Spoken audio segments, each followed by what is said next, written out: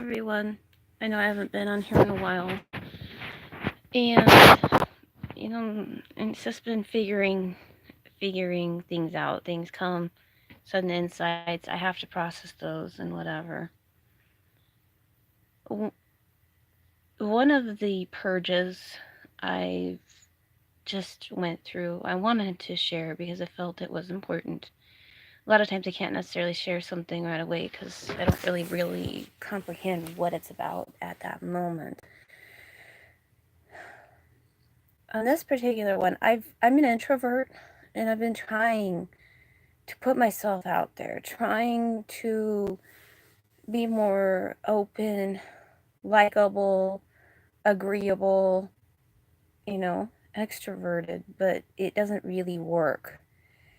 And I'm fighting against myself, trying to find who I am, trying to put things out there, but not necessarily understanding where I need to go to try to gain cooperation with people. And so there's a lot of lessons surrounding how to find that cooperation.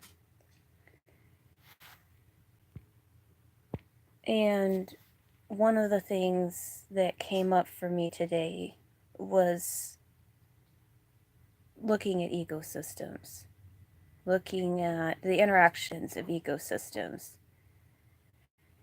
and understanding that everything is built to thrive in a certain location.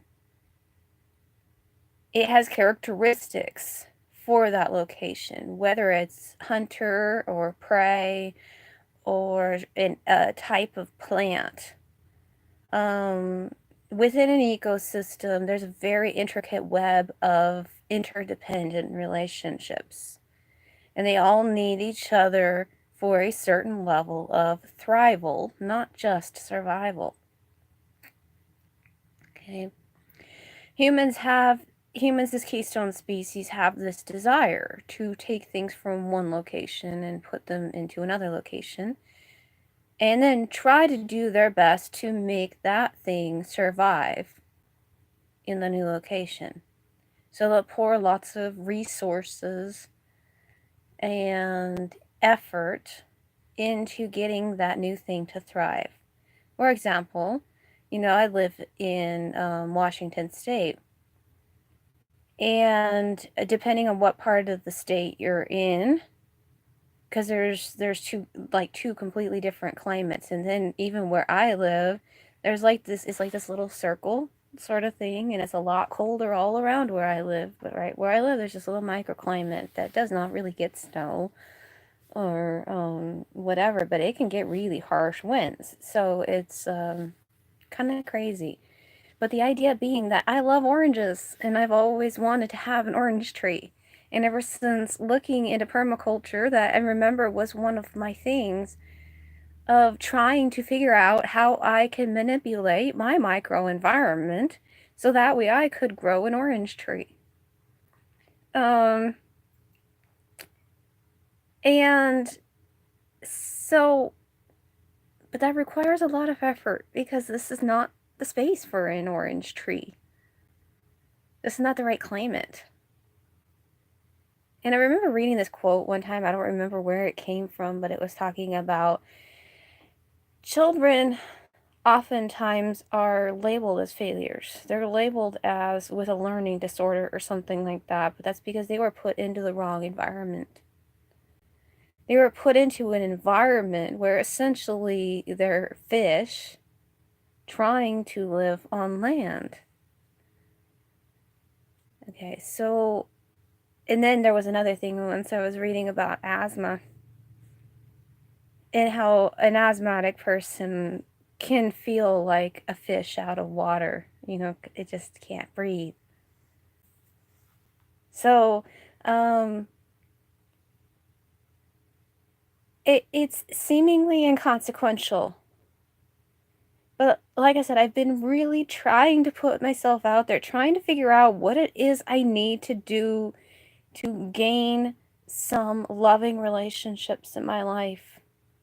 I don't want to constantly be in this dark night of the soul where I feel like everyone is rejecting me for every single little thing I do and I just can't do anything right. I don't want to be in this constant state of shadow work where I really am losing my hope in humanity, really starting to doubt if there is any love in humanity because all I keep being met with is the sword that slashes me down. No matter how I try to meet people where they're at, I don't have that same respect from other people. And I don't know what to do. And so there's so many times where I just want to say to hell with it. Just go throw the covers over my head and never exist in the world. But I can't because I want to thrive. I want to live. So there's this huge juxtaposition of, well, what exactly am I doing?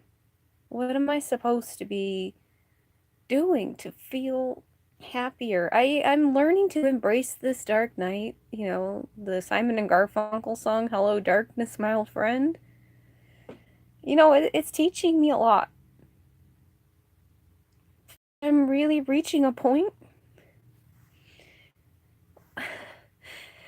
I really need something loving to hold on to. Not just myself. I wonder, how long does one have to struggle being alone?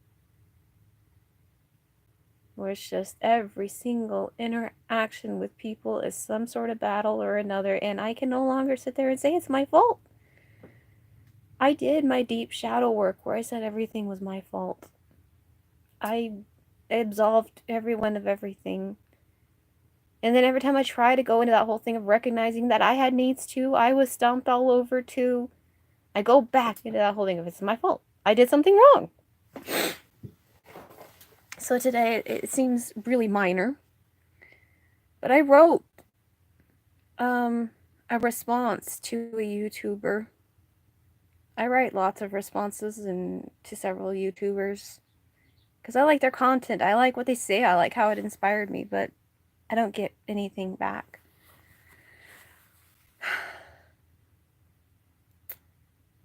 And so I watched this person do this shout out video because this is what he does.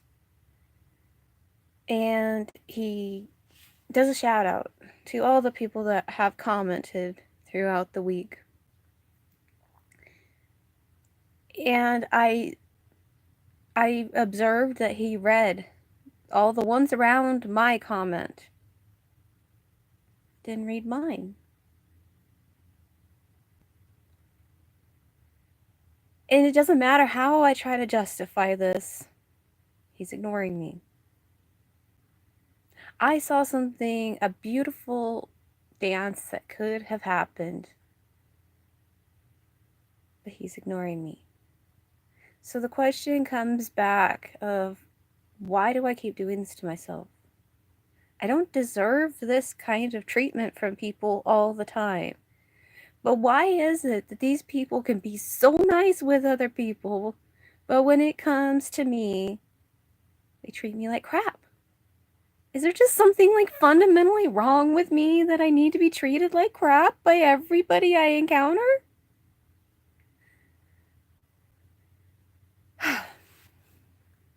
Anyway, it was, I guess, a final straw today. That I'm tired of this. God, there has got to be something better. There has got to be some way for me to find meaningful interactions with people without prostituting myself, without sitting there constantly trying to find what it is that they like and bolster up their egos and give them all sorts of support and, make them feel good about themselves because I lavish praise. I over ice their cakes.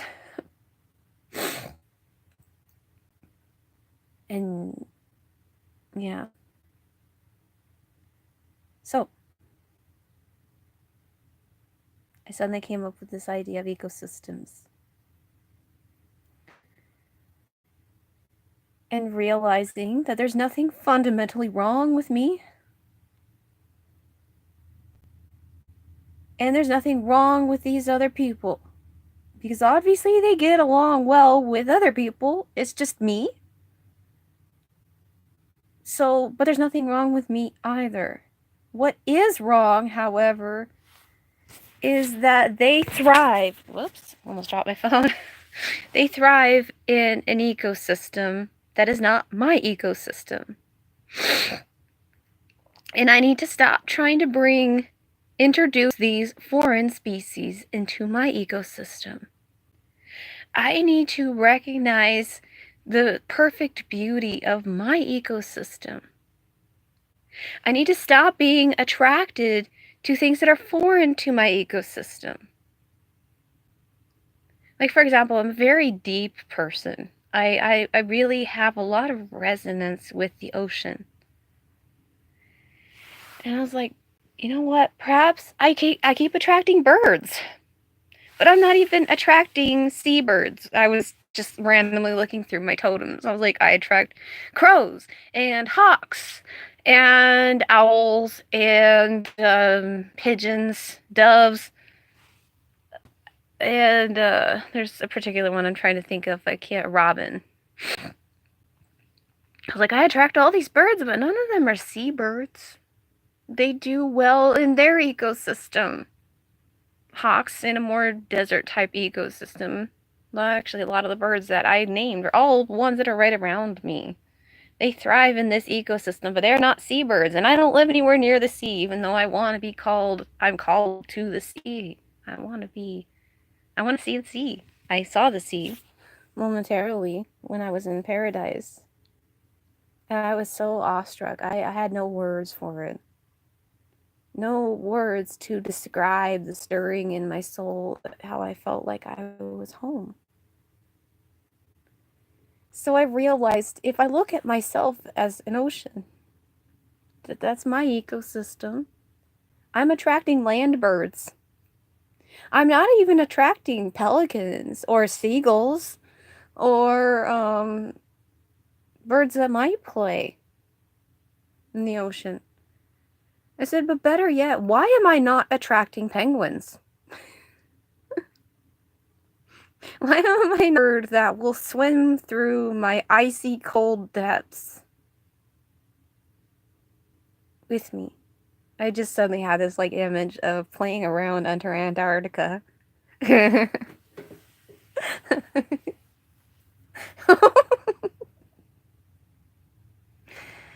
So, the point is, and I've heard other people talk about this, like victims of narcissists or whatever. How they talk about how they've had to learn to reprogram themselves on their attractions. And realizing that whatever they're attracted to is actually somebody that's going to hurt them. And I don't know why we humans do that. We're attracted to what's going to hurt us, but I just need to realize I've learned the lessons I've needed to learn, and I'm done with that stage. So I need to start to reprogram my attractions. And that means I need to start to find beings that will thrive in the ecosystem of me. Not trying to introduce foreign species and then putting in all this time and effort and resources into something that may survive but will never thrive. And then it's going to be constantly a question of trying to figure out the exact needs of this foreign species I'm trying to introduce into the ecosystem of me. Trying to change everything about the way I do everything just to meet the needs of this one species, when why don't I put all those time, energy, resources, and efforts into something that actually will thrive in my ecosystem? How much more time and energy and resources would I have if I stopped wasting it on beings that won't thrive in my ecosystem? So I don't know what it will look like to look for people that will thrive in my ecosystem. But the first part of that is understanding who I am. And That is where the dark night of the soul is taking me. Perhaps it's time to just really submit to that process, because I've gone through the whole destruction, at least the main destruction. There will always be destructions and reconstructions. But right now, I'm at the core of needing to redefine who I am. Not based on who I always thought I was. All that's been taken away from me. All that identity is gone. So now it's a matter of, who am I? And when I can answer that, then I can start to find entities that will thrive in the ecosystem of me. Have a great day, everybody. I love you. Bye.